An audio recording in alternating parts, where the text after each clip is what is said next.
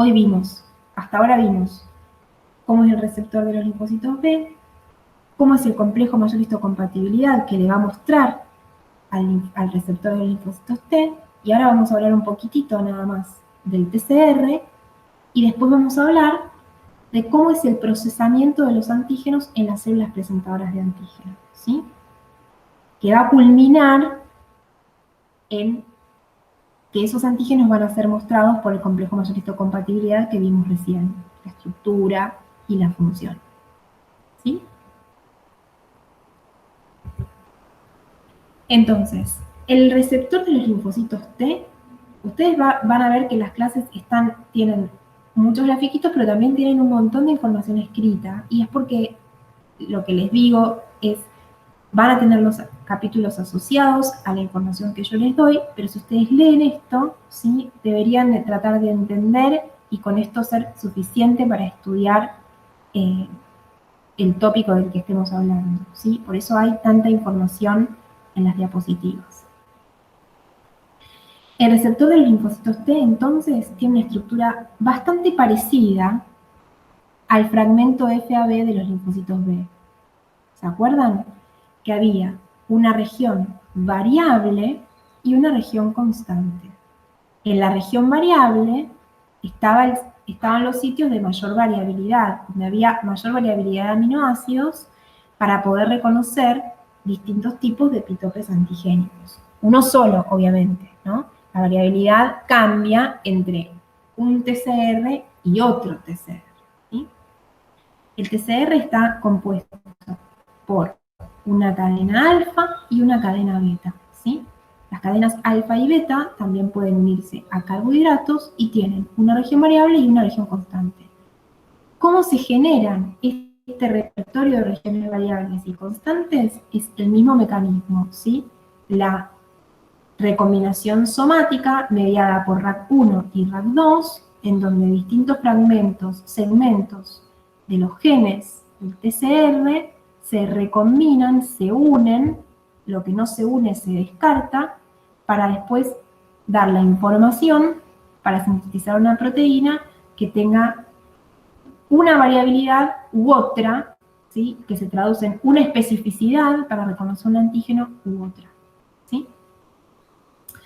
Los linfocitos T también, el receptor del linfocito T, perdón, está anclado a la membrana también a través de una región transmembrana, y van a ver que las cadenas están unidas a través de un enlace disulfuro, ¿sí? Y van a ver que hacia río abajo de la membrana van a ocurrir eventos relacionados con una vez que ese TCR está en contacto con el antígeno, ¿sí?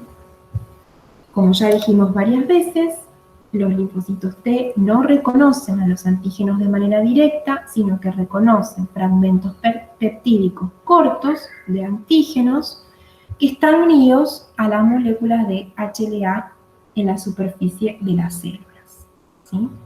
La mayoría de las células T tienen el receptor conformado por la cadena alfa y la cadena beta, pero hay una pequeña población de linfocitos, porque esto no podía ser sencillo, que el heterodímero está formado por una cadena gamma o una cadena delta, ¿sí?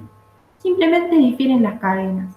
Esos linfocitos, conocidos con el nombre de linfocitos gamma delta, actúan en determinados contextos, sobre todo en contextos tumorales, y reconocen a través de otras moléculas, con una estructura muy parecida al complejo mayor histocompatibilidad, pero no muestran péptidos proteínicos, ¿sí? Péptidos antigénicos, péptidos derivados de proteínas, sino que muestran el metaboloma de la célula, no importa.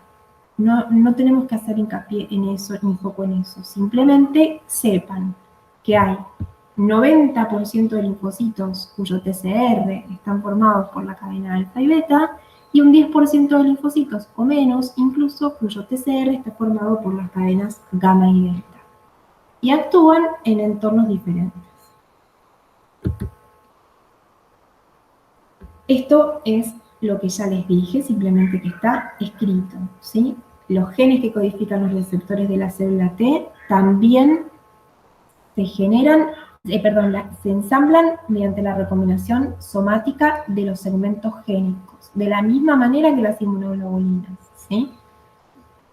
La diversidad, bueno, está distribuida de distinta manera, porque los TCR tienen la misma cantidad de segmentos B, de corta, digamos, pero tienen más segmentos J, ¿está bien? Y hay mayor diversificación cuando se reordenan. No es importante, es un dato, ¿sí? Simplemente vieron que cuando veíamos el BCR había 40 posibilidades de segmentos B y dependía de la cadena liviana y de la cadena pesada. Bueno, los segmentos génicos B para el TCR es el mismo número, pero tienen más segmentos J, ¿sí? Los linfocitos, la cadena pesada del linfocito del BCR, del linfocito B, no tenía tantos segmentos J. No importa, ¿sí? Las enzimas que reordenan los segmentos génicos para dar lugar a una proteína que va a ser el receptor TCR son las mismas enzimas que reordenan las inmunoglobulinas RAS1 y RAS2, ¿sí? El TCR reconoce los antígenos y sus regiones constantes son mucho más simples que la de las cadenas pesadas de la inmunoglobulina, porque el TCR, la región constante del TCR no cambia el isotipo. ¿Se acuerdan que las inmunoglobulinas podían cambiar, dejar de ser inmunoglobulina M para pasar a ser inmunoglobulina G, E o A, de acuerdo a lo que se necesite, ¿sí? Por esa diversificación secundaria de las inmunoglobulinas, de la que hablamos la clase pasada y de la que vamos a volver a hablar la próxima clase, ¿sí? No ocurre lo mismo con las regiones constantes del TCR, ¿sí? Es más sencillo la estructura y la diversidad del TCR que el de la inmunoglobulina, porque la molécula es una molécula más sencilla que la de la inmunoglobulina, ¿está bien?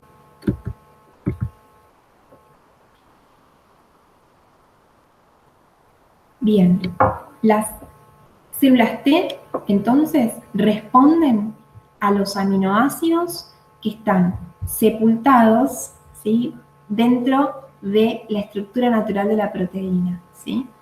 Entonces, esos aminoácidos que están dentro de la estructura natural de la proteína, naturalmente, o sea, muchas veces los linfocitos T no los pueden reconocer, esa estructura conformacional, porque están ocultos, ¿sí? Es una proteína, digamos, tiene estructura terciaria, ¿sí? Quizás que los aminoácidos que son capaces de ser reconocidos por el TCR de los linfocitos T, no está a la vista, ¿está bien? Por decirlo de una manera grosera. Por eso necesitan que otra célula procese los antígenos, los corte y genere pequeños péptidos donde ahí aparezcan, ¿sí?, esos aminoácidos que forman parte de la estructura nativa de la proteína, ¿sí?, y los muestre, y por eso necesita de la molécula de HLA, ¿sí?, de la molécula de complejo mayor histocompatibilidad, ¿sí? Entonces, los receptores de las células T reconocen a los aminoácidos al hacer contacto con una molécula de complejo mayor histocompatibilidad que está cargada con el péptido antigénico, ¿sí? Además, el TCR forma un complejo, ¿sí? Un complejo con una molécula que se llama CD3, ¿sí?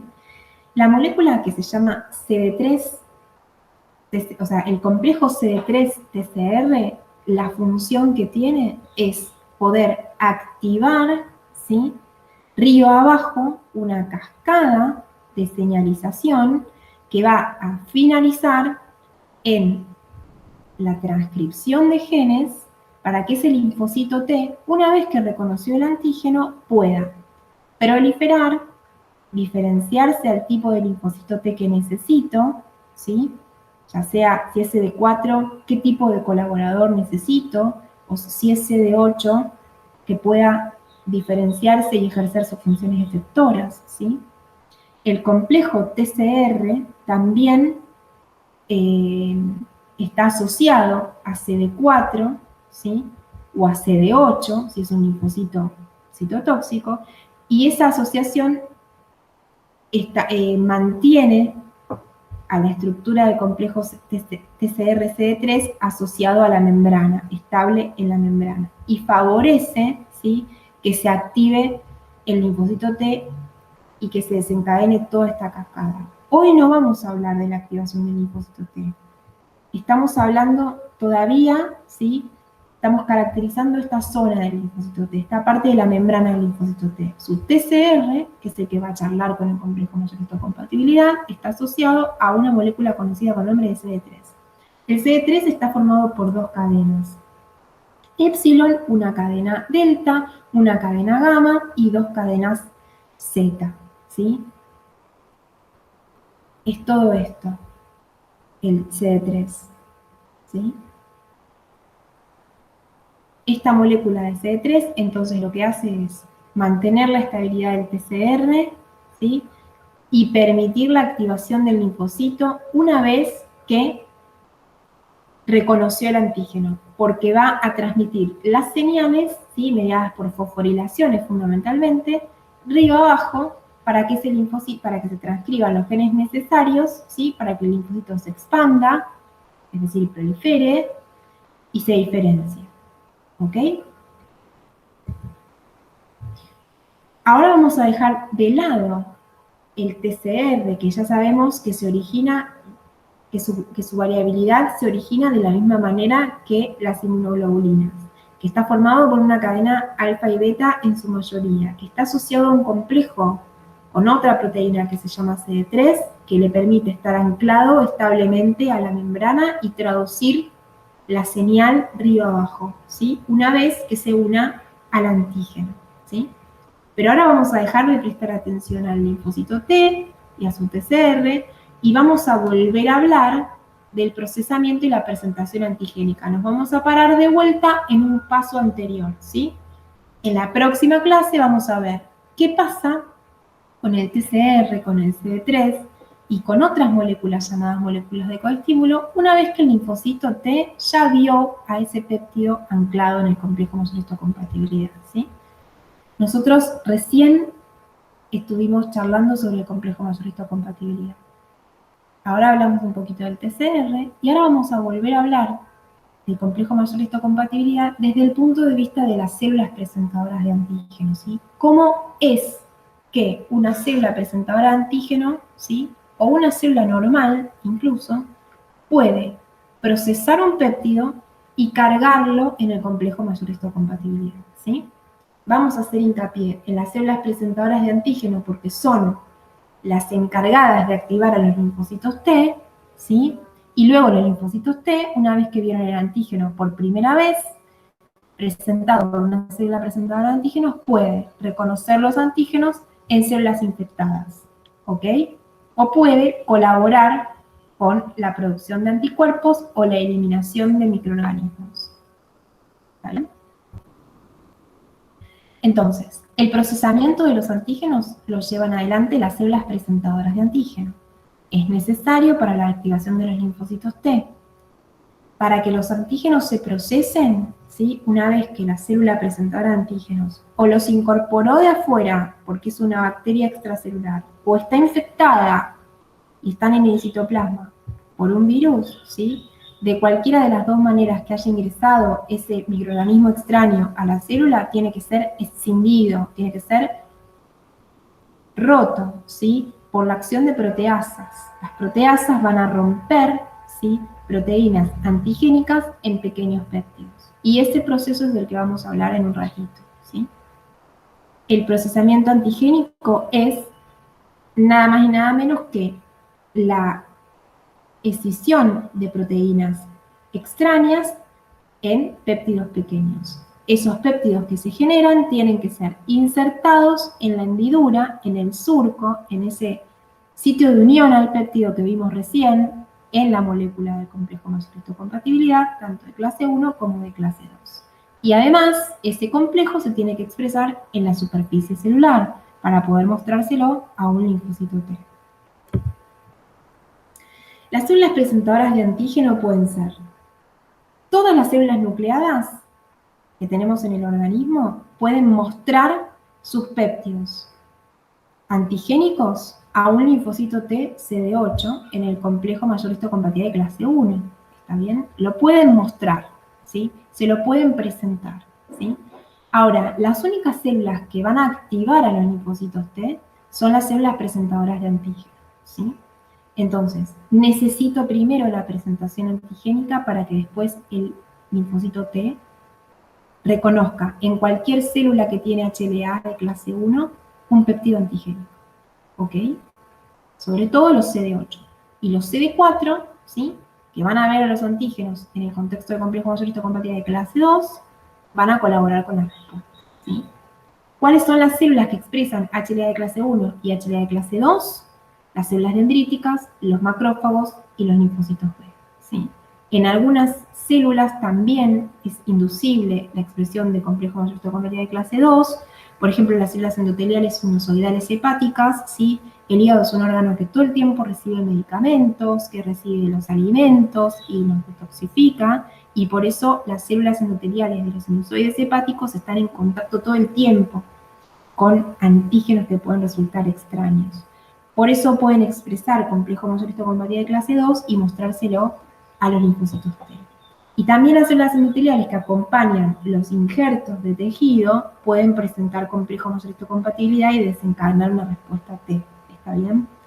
No es lo más importante, por eso no está resaltado en la diapositiva. Lo más importante es que las células que expresan complejo mayor histocompatibilidad de clase 2 y se conocen con el nombre de células profesionales, presentadoras de antígenos profesionales, son las células dendríticas, los macrófagos y los linfocitos. Ahora vamos a hablar de algunas diferencias entre ellas. Las células dendríticas son las más importantes, ¿sí? Son las únicas que pueden presentar los antígenos a los linfocitos T vírgenes. ¿Cuáles eran los linfocitos T vírgenes o naive?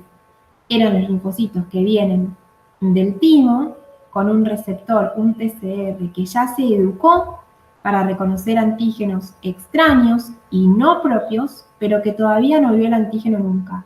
Y lo va a ver en el órgano linfoide secundario. Viene del órgano linfoide primario con un TCR rearreglado, con una variabilidad determinada y una especificidad determinada. Va hacia el ganglio a que una célula dendrítica le presente un antígeno por primera vez. ¿A quién le presenta los antígenos la célula dendrítica? A un TCD8 y a un TCD4, ¿sí? Cualquiera de los dos se convierte, luego de esa presentación antigénica, en un linfocito efector. ¿Qué quiere decir que es un linfocito efector? Que puede llevar adelante una respuesta inmunitaria adaptativa. ¿Qué va a hacer cada linfocito? Depende de qué linfocito sea. El citotóxico va a salir a patrullar y va a buscar en células que expresen HLA de clase 1 péptidos antigénicos iguales a lo que le mostró la célula dendrítica y las va a tratar de eliminar, ¿sí? Supongamos que una célula dendrítica estaba en el contexto de un hígado y entró el virus de la hepatitis B. Y el virus de la hepatitis B infectó a la célula dendrítica y al hepatocito. La célula dendrítica migra al ganglio, el linfocito llega del timo, la célula dendrítica le muestra el virus, el péptido antigénico viral al linfocito T, el linfocito T efector, CD8 positivo, va al hígado. Y en el hígado se encuentra con que los hepatocitos infectados con virus de hepatitis B comienzan a expresar en su complejo mayor histocompatibilidad de clase 1 péptidos antigénicos virales. Ese linfocito T lo que va a tratar de hacer es eliminar esa célula. ¿Va a haber un daño hepático? Sí, va a haber un daño hepático. Por eso se desencadena la hepatitis, porque es la inflamación en el hígado mediada por respuesta inmunitaria al linfocito, a la presencia de hepatitis B, del virus de la hepatitis B. ¿Ok? Si el linfocito T efector es un linfocito CD4, porque la célula presentadora de antígeno le está mostrando un antígeno en el contexto del otro complejo mayor histocompatibilidad, del de clase 2, entonces va a ser un linfocito colaborador, ¿sí? Y los linfocitos colaboradores ya son linfocitos efectores. Y los linfocitos efectores pueden charlar con los macrófagos o con las células B, que también cumplen función de células presentadoras de antígeno, pero ya a linfocitos T efectores. ¿Sí? Ya vieron el antígeno por primera vez. ¿Ok? Una vez que el linfocito T efector ve que el macrófago le está mostrando un antígeno en el contexto de complejo mayor histocompatibilidad de clase 2, va a colaborar en este caso con la eliminación del microbio que está cargando el macrófago o un proceso conocido, o lo que es lo mismo, la activación de los macrófagos, ¿sí? Los linfocitos T colaboradores que se encuentran con macrófagos y ven antígenos en el contexto del complejo mayor histocompatibilidad de clase 2, colaboran con esta respuesta, ¿sí? Ayudar a la eliminación del microorganismo por los macrófagos, ¿está bien? Los macrófagos se acuerdan que podían incorporar microorganismos o ser infectados por microorganismos, ¿sí? O tener microorganismos de vida intracelular, como las micobacterias, ¿sí? Y tratar de eliminarlos. Bueno, los linfocitos T van a venir a colaborar con con la eliminación que está llevando adelante los macrófagos, ¿sí?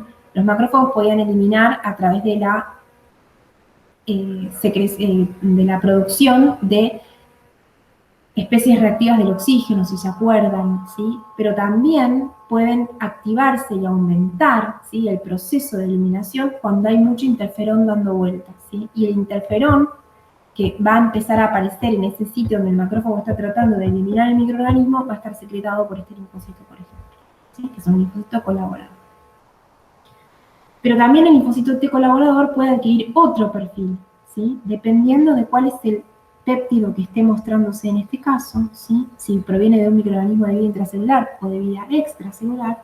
El linfocito T efector puede colaborar con los linfocitos B para la producción de anticuerpos, ¿sí? ¿Y acá qué sucede? Una célula dendrítica le mostró un antígeno que proviene de una bacteria, por ejemplo, a un linfocito T virgen. Ese linfocito T, que es un CD4 y está viendo el antígeno en el contexto del complejo mayor histocompatibilidad de clase 2, ¿sí?, se diferenció a un linfocito T efector CD4 colaborador de linfocitos B. ¿Por qué? Porque probablemente este antígeno sea, por ejemplo, una bacteria. ¿Sí? Y la bacteria la puedo eliminar, por ejemplo, neutralizándola con anticuerpos. Entonces, este linfocito, que ya es un linfocito efector, va a venir a charlar con el linfocito B. El linfocito B también vio a la bacteria en su estadio conformacional y se la pudo incorporar. ¿Cómo? A través de su BCR. La reconoce a través de su BCR. Sí, acá no está toda la bacteria, pero supongamos una proteína de una bacteria que el linfocito puede reconocer, ¿no es cierto? Una proteína de la membrana de la bacteria, por ejemplo. El linfocito la reconoce con su BCR, con su inmunoglobulina de membrana, ¿sí?, en su estadio conformacional. La incorpora, ¿sí?, la procesa por un mecanismo que vamos a ver dentro de un ratito, y la muestra en el complejo mayor histocompatibilidad de clase 2, ¿sí? Este péptido antigénico puede ser el mismo o puede ser distinto, ¿sí?, al que mostró la célula dendrítica, pero lo importante es que proviene del mismo microorganismo, ¿sí?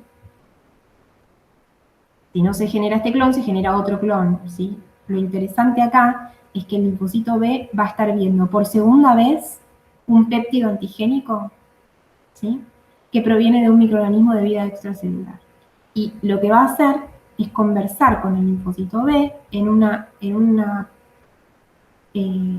sinapsis, ¿sí?, de colaboración entre el linfocito B y el T, que no la vamos a ver hoy, la vamos a ver más adelante, para permitir que este linfocito B se convierta en una célula plasmocitoide capaz de secretar anticuerpos, ¿sí?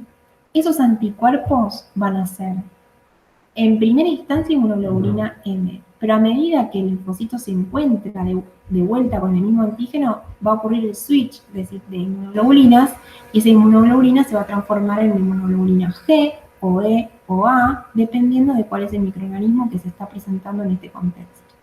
¿Está bien? El péptido siempre. ¿Sí? ¿Cómo ocurre esto? Lo vamos a ver más adelante. Entonces, el linfocito T efector, una vez que vio el antígeno presentado por la célula dendrítica, puede conversar con el linfocito B, que en el contexto de su complejo mayor histocompatibilidad de clase 2 le muestra el TCR de este linfocito, un péptido antigénico que ya vio. Y la consecuencia de esto es la activación del linfocito B para la producción de anticuerpos, ¿sí? Ahora volvemos un minuto a las células dendríticas. Las células dendríticas tienen la capacidad única de activar linfocitos vírgenes, ¿sí? Esto las hace diferente de los linfocitos B y de los macrófagos. ponen en marcha la respuesta adaptativa, porque definen cuál es el perfil de linfocitos que se va a generar y cuál es la respuesta que necesito, a partir de cuál es el antígeno que captó, ¿sí? O cuál es el antígeno por el cual está infectada. Las células dendríticas tienen una capacidad de endocitar, ¿sí? De incorporar los antígenos muy elevada, y ese proceso puede ocurrir por varios mecanismos, ¿sí? Fundamentalmente por fagocitosis, mediada por receptor, o por macropinocitosis, que es la endocitosis de antígenos solubles, bacterias, ¿sí? Que son incorporadas sin la mediación de un receptor, ¿sí? Pero cuando hace fagocitosis mediada por receptor, esto es por los receptores que vimos en la primera clase y también los volvieron a ver con Esteban, son los receptores de reconocimiento de patrones. Los receptores de reconocimiento de patrones podían reconocer estructuras en los microorganismos, ¿sí? Y alarminas también, moléculas, si una célula está dañada, por ejemplo, una molécula que ocupaba normalmente una localización citosólica o nuclear, ¿sí? Y tenía una determinada función, si una célula está dañada o está infectada, esas moléculas pueden salir al medio extracelular y generar estas señales de daño. Los receptores de reconocimiento de patrones podían reconocer tanto PAMPs como DAMPs. Y con estos receptores la célula se da cuenta o que hay una célula dañada, infectada por un virus, por ejemplo, o que hay un microorganismo de vida extracelular dando vueltas por ahí. Los incorporan y los procesan, ¿sí? Además de procesar los antígenos, tienen que tener una capacidad de migrar muy importante, porque tienen que ir al ganglio a mostrar los antígenos, ¿sí? Para poder mostrar los antígenos, tienen que expresar mayor cantidad de complejo motor-histocompatibilidad y moléculas de coestímulo, que las vamos a ver mejor más adelante en la próxima clase, cuando ocurra la sinapsis inmunológica, ¿sí? Además, las células dendríticas, además del tipo de antígeno, ¿sí? Que está mostrando, otra cosa que dirige la respuesta son las citoquinas que se secretan en ese momento. La célula dendrítica va a secretar una serie de citoquinas que van a tener receptores, para las cuales va a haber receptores en las células T, ¿sí? Que van a definir cuál es el perfil de respuesta que se va a generar. Las células dendríticas, así como son las presentadoras de antígenos, las conocemos con el nombre de células convencionales, ¿sí? Pero hay otras células dendríticas que se conocen con el nombre de células dendríticas plasmocitoides que difieren en algunas cosas, sobre todo fenotípicas. Me refiero con esto a expresión de algunos marcadores en un tipo de célula y en otras células, en las plasmocitoides, otros marcadores, ¿sí? Pero lo que tienen que saber de acá es que las células dendríticas plasmocitoides son como muy importantes en las infecciones virales, ¿sí? Son grandes secretoras de interferones, ¿sí? Y tienen una expresión mayor de los TLR, que eran los receptores de reconocimiento de patrones, que estaban en los endosomas porque eran capaces de censar, ¿sí? De reconocer RNA o DNA viral, ¿sí? Mientras que las células dendríticas convencionales, ¿sí? Que son CD11C positivas, son las que van a activar a los linfocitos T, CD4, ¿sí? Son las que van a procesar los antígenos, van a migrar al ganglio y van a mostrar los antígenos a los linfocitos a los linfocitos T. Como les dije, las células dendríticas podían incorporar a los antígenos, a los microorganismos extraños de distintas formas, ¿sí? Si son bacterias extracelulares o antígenos solubles, incluso también lo pueden hacer con proteínas víricas, ¿sí? Lo pueden hacer a través de fagocitosis mediada por los receptores de reconocimiento de patrones, que ya recontravimos, o a través de esta evaginación de la membrana, ¿sí? Incorporando todo aquello extraño, soluble, que está en el microambiente de esta célula dendrítica, ¿sí? Lo incorpora y lo endocita, ¿sí? Sin que esté mediado por receptor, en una vesícula.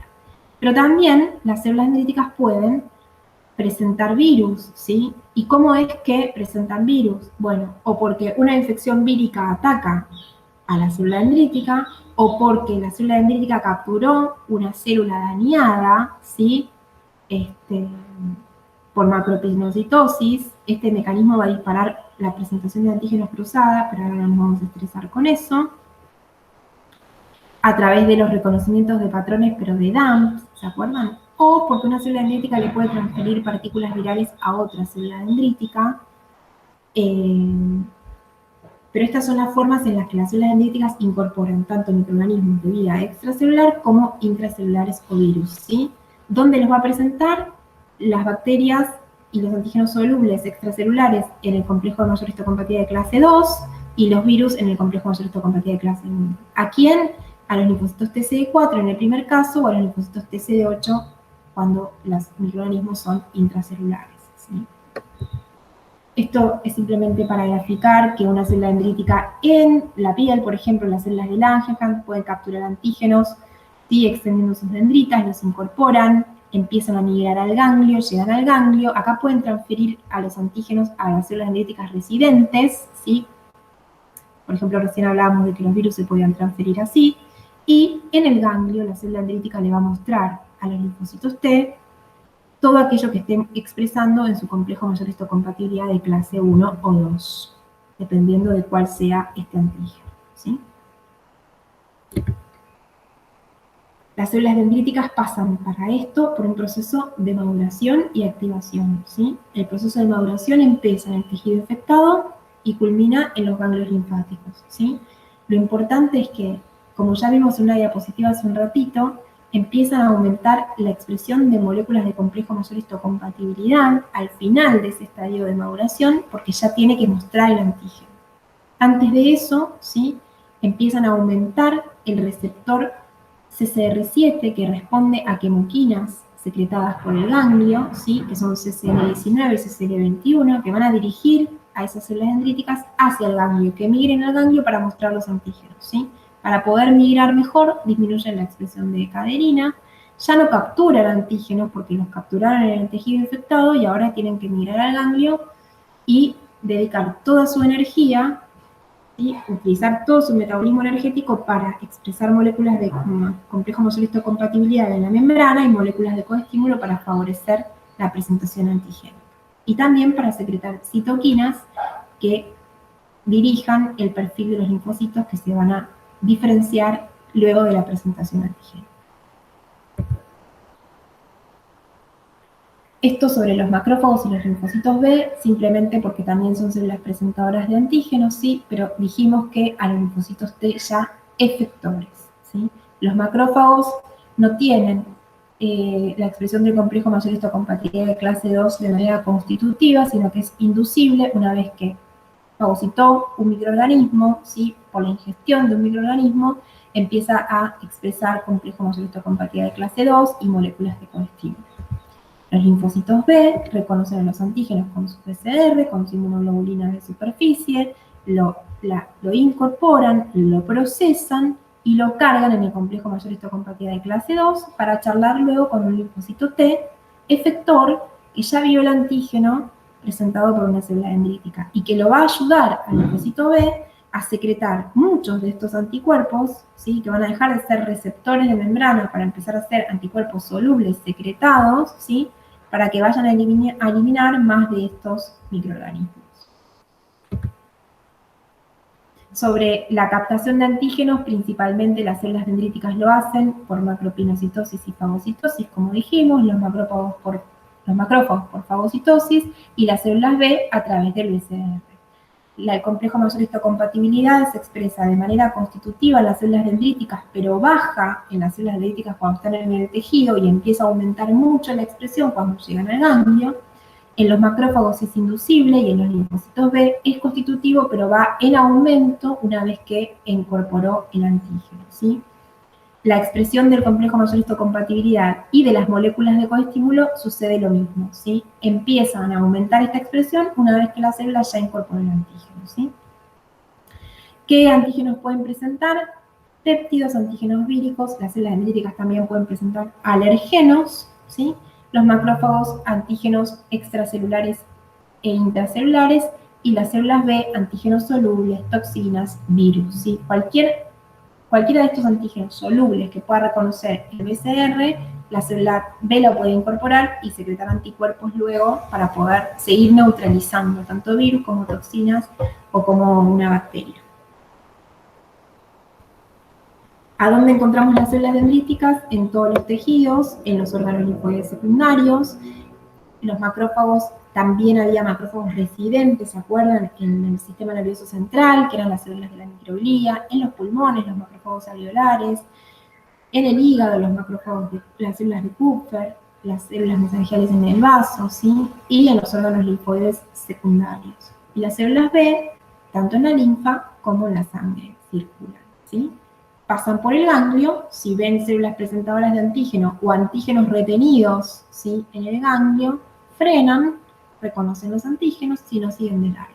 Los linfocitos T también circulan. Si ven células presentadoras de antígeno con un antígeno cargado en el ganglio, frenan, se activan, si no, siguen de largo.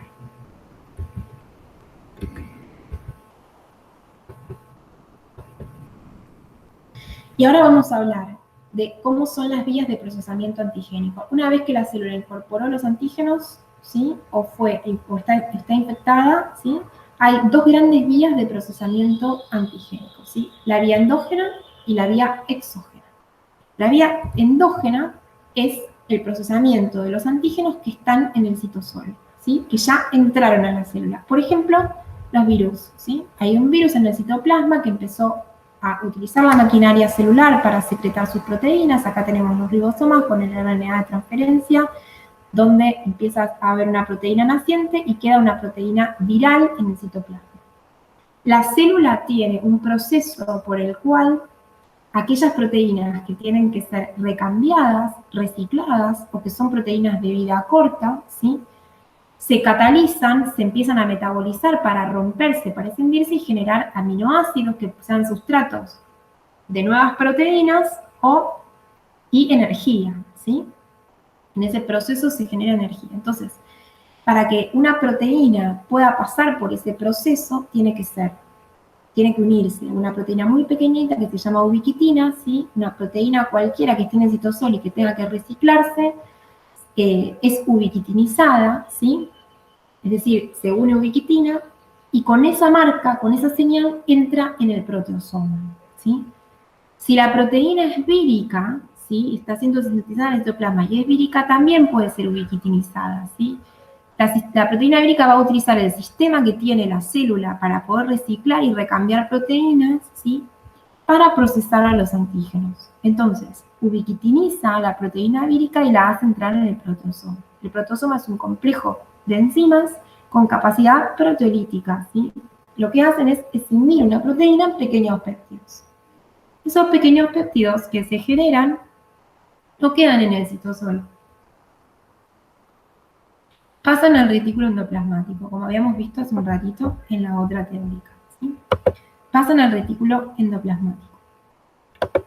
En el retículo endoplasmático rugoso también se está secretando una proteína naciente que puede ser el complejo mayor histocompatible de clase 1, que se acuerdan que era una cadena alfa unida a beta 2 microglobulina. La cadena alfa se sintetiza y permanece unida a la membrana, estabilizada, con una proteína que hace las veces de chaperona, ¿sí? Las chaperonas son proteínas que ayudan al plegamiento, ¿sí? y a que la proteína que están haciendo lleve la estructura conformacional necesaria para poder ser una proteína funcional, ¿sí? Después de que esta chaperona ayuda a la estabilización del complejo mayor histocompatible de clase 1 y la cadena alfa a la membrana, se une beta 2 microglobulina. Beta 2 microglobulina y la cadena alfa ya son el complejo mayor histocompatible de clase 1, que permanecen unidos a la membrana por una chaperona que se llama tapacina, ¿sí? Y esa chaperona que se llama tapacina mantiene el complejo mayor histocompatible de clase 1 muy cerquita del transportador que va a estar metiendo los péptidos antigénicos que se generan a partir de que una proteína entró en el proteosoma y están en el citosol al retículo endoplasmático, ¿sí? Este transportador, que se conoce con el nombre de TAP, y está formado por un heterodímero TAP1, TAP2, necesita ATP para trabajar, ¿sí? Entonces, gasta energía para ingresar los péptidos, ¿sí? Energía que se genera de la misma decisión de las proteínas, ¿sí? En el retículo endoplasmático, además, hay una aminopeptidasa del retículo endoplasmático, esta ERAP, que termina de cortar los péptidos por su extremo aminoterminal para darles el tamaño y la estructura necesaria para que sean cargadas en el complejo mayor histocompatibilidad de clase 1. Es decir, recuerdan lo que vimos hace un ratito en la clase anterior, eran péptidos entre 8 y 11 aminoácidos, ¿sí? Entonces, esta proteína se asegura de que la estructura y el tamaño de los péptidos sea el que corresponde, ¿sí? Una vez que el complejo mayor histocompatibilidad de clase 1, bien conformado con sus dos cadenas, y el péptido anclado está listo para salir, pasa por el aparato de Golgi, sale del retículo, va al aparato de Golgi y es excretado por una vesícula exocítica hacia la membrana. En la membrana ya está listo para mostrar el péptido antigénico a un linfocito T CD8, ¿sí? Este es el proceso que ocurre adentro de una célula presentadora de antígeno cuando es infectada por un microorganismo de vida intracelular. Vimos el caso más típico, que es el de un virus, que utiliza la maquinaria para sintetizar sus proteínas, ¿sí? Pero si el péptido antigénico, en este caso, perdón, si la proteína antigénica, en este caso, es capturada de una bacteria, ¿sí? Si lo que entra es un microorganismo extracelular como una bacteria, entró por esa endocitosis mediada o no por receptor, pero en definitiva va a estar en una vesícula, ¿sí? En un endosoma temprano, ¿sí? Este endosoma se va a funcionar con el lisosoma, y en el lisosoma, por acción del pH y las proteasas del lisosoma, esta proteína antigénica extraña se va a alisar y también se va a transformar, ¿sí?, en péptidos, ¿sí? Este endosoma, lisosoma o fagolisosoma, ¿sí?, que tiene los péptidos que acaban de ser degradados por acción del pH y las proteasas, se va a quedar esperando, ¿sí?, a fusionarse con una vesícula que va a venir del retículo.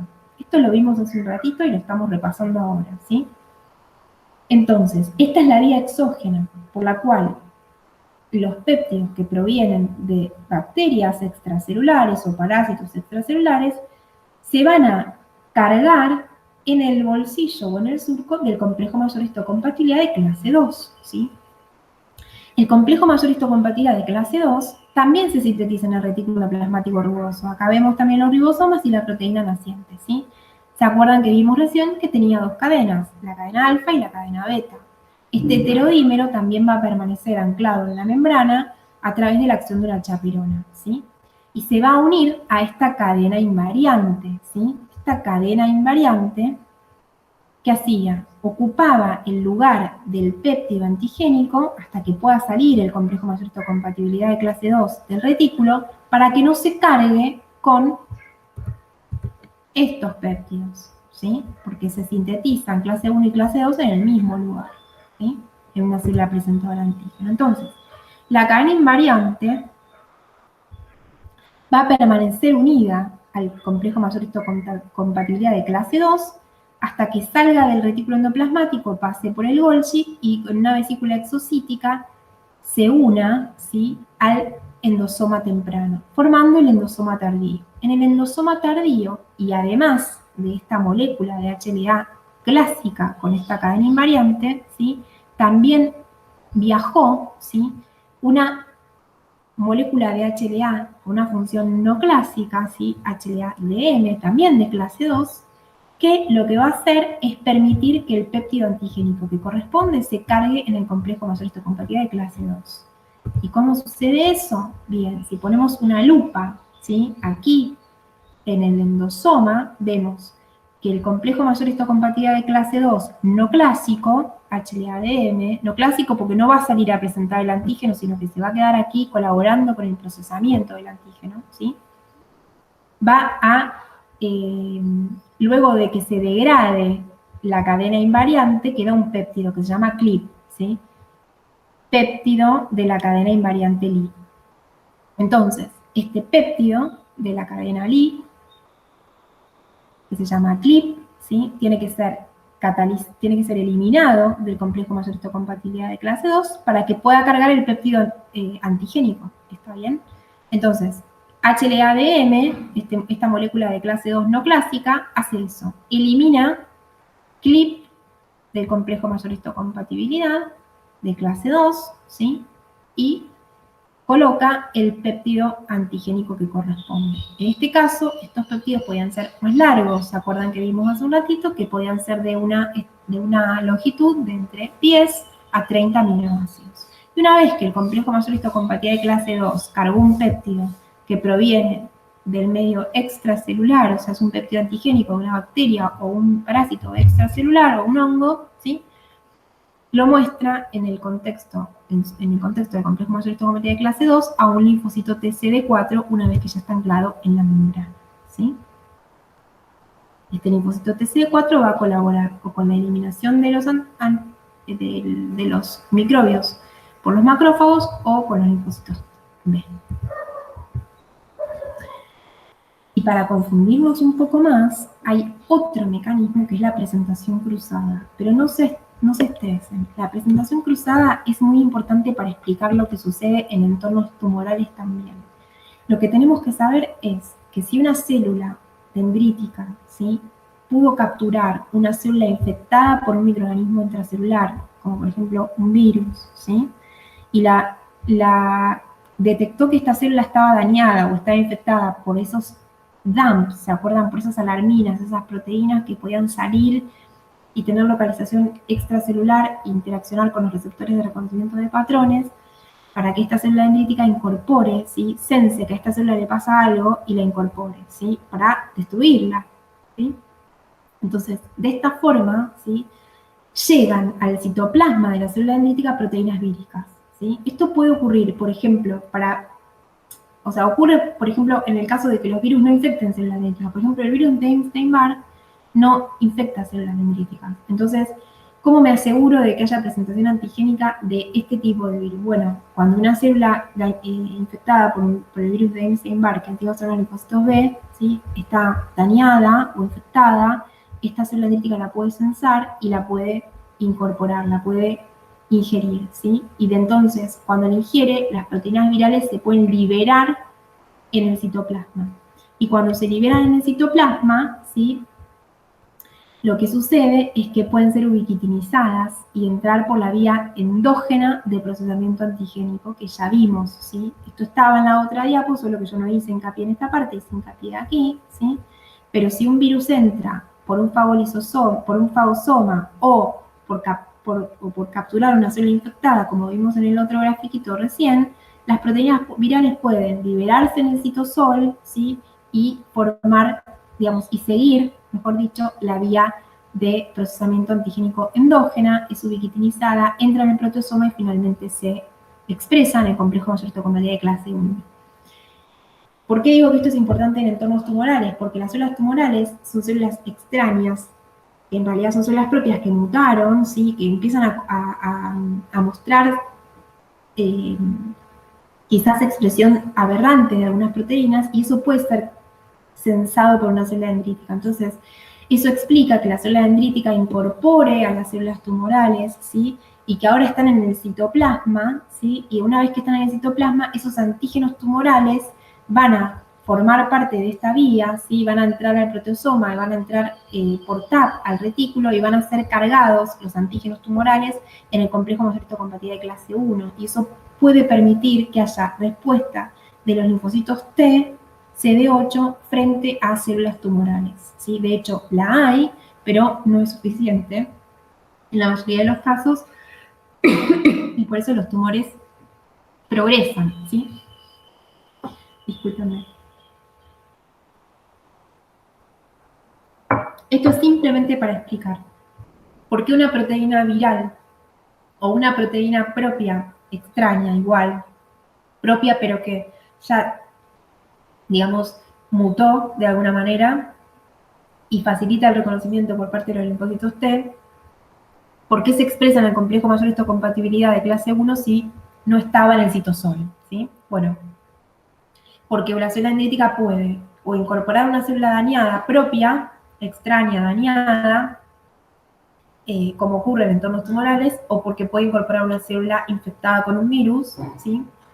Y entonces, algo que no estaba en el citosol aparece en el citosol y entra en el circuito de la vía endógena, ¿sí? Ya estamos terminando. Entonces, cuando la presentación de los antígenos es asociada al complejo mayor histocompatibilidad de clase 1, porque el antígeno es citosólico, ¿sí? Proveniente de microorganismos de vida intracelular, la célula presentadora de antígenos le muestra en el contexto del complejo mayor histocompatibilidad de clase 1 ese antígeno al linfocito T citotóxico, y el linfocito T citotóxico, cada vez que vea una célula con ese péptido antigénico, lo que va a hacer es eliminarla. El linfocito T citotóxico puede hacerlo a través de la degranulación también de contenido de granzimas hiperforinas, y lo vamos a ver en la próxima clase, cuando veamos qué pasa luego de que se activan los linfocitos. Mientras que si la presentación de los antígenos está asociada al complejo mayor histocompatibilidad de clase 2, ¿sí?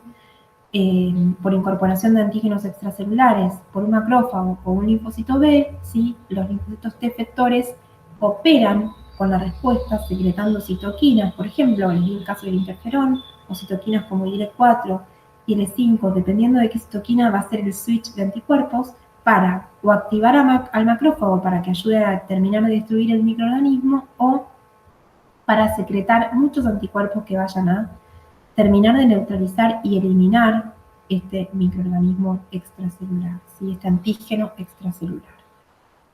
Ustedes saben que los anticuerpos por sí solos no pueden terminar este proceso, pero sí, a través de su porción FC, ¿sí?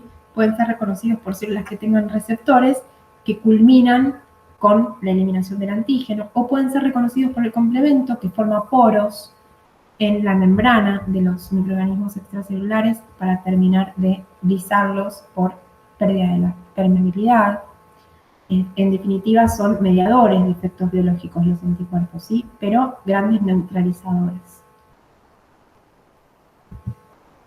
Y después hay una, que lo vimos, se los dije muy rápidamente, hay una población pequeña que son los linfocitos T gamma delta y los linfocitos T y los linfocitos NKT, ¿sí?